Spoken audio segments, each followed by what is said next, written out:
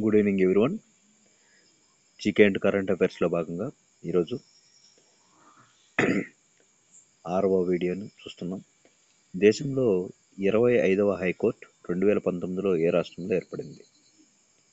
దేశంలో 25వ హైకోర్టు 2019లో ఆంధ్రప్రదేశ్లో ఏర్పడింది. సుప్రీంకోర్టు న్యాయమూర్తి పదవీ కాలం ఎంత?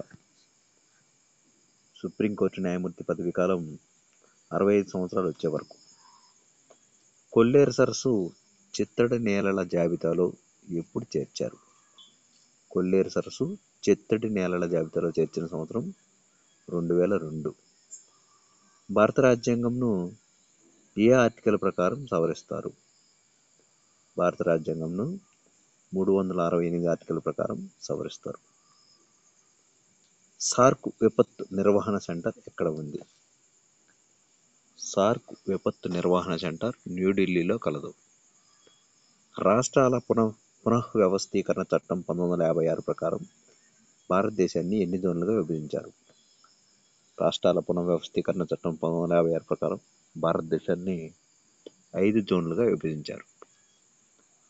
పంచాయతీరాజ్ వ్యవస్థ అమల్లో లేని రాష్ట్రం?